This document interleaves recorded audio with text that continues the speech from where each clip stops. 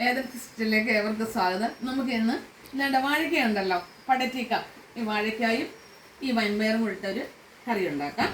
അപ്പം നമുക്ക് വെളിയിലേക്ക് വന്ന് സ്റ്റൗ കത്തിച്ചിട്ടുണ്ട്. സ്റ്റൗ കത്തിച്ചിട്ടുണ്ട്. ഞാൻ എണ്ണ ഒഴിക്കുവാണ്. എണ്ണ ചൂടായി ഞാൻ കടുവിടുവാണ്. ആണോ പറ്റൽമുളക്, കറിവേപ്പില,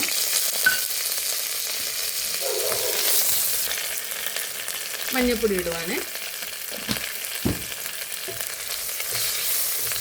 ഇത് നമ്മുടെ തേങ്ങ, വെളുത്തുള്ളി, പച്ചമുളക് ഇത് ചതച്ചതാണ് കേട്ടോ.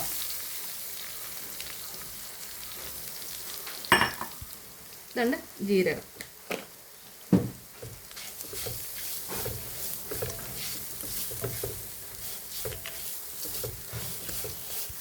എന്നിട്ട് വാഴയ്ക്ക ഇങ്ങോട്ട് ഇടുവാണ്. ഞാൻ ഇച്ചിരി വലുതായിട്ടാണ് എടുത്തേക്കുന്നത് കേട്ടോ.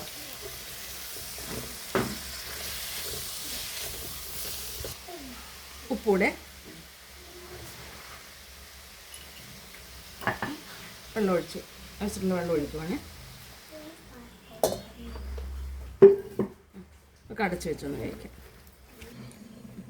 നമ്മുടെ വാഴയ്ക്ക ഒന്ന് വേവാറായിട്ടുണ്ട്, വെന്തിട്ടില്ല.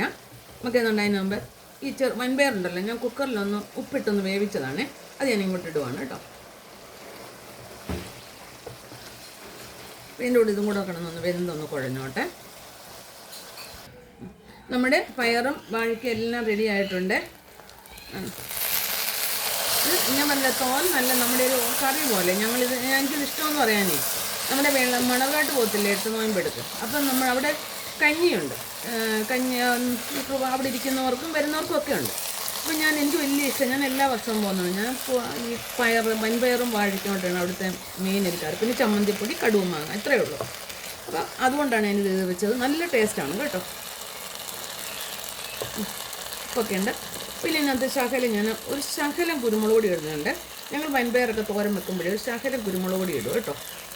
ഒത്തിരി വേണ്ട, ഒരു ശകലം മതി. പിന്നെ ഇച്ചിരി പച്ചക്കറിവേപ്പിലിട്ട് ഇച്ചിരി വെളിച്ചെണ്ണ ഒഴിച്ച്,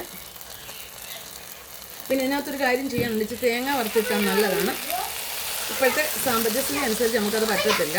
തേങ്ങയ്ക്ക് ഭയങ്കര വിലയില്ലയോ. ഞാൻ ഈ തോരൻ എല്ലാവർക്കും ഇഷ്ടപ്പെട്ടില്ലേ കറി. അപ്പം ഫോളോ ചെയ്യാനും ലൈക്ക് ചെയ്യാനും മറക്കരുത്, ഷെയർ ചെയ്യാനും മറക്കരുത്.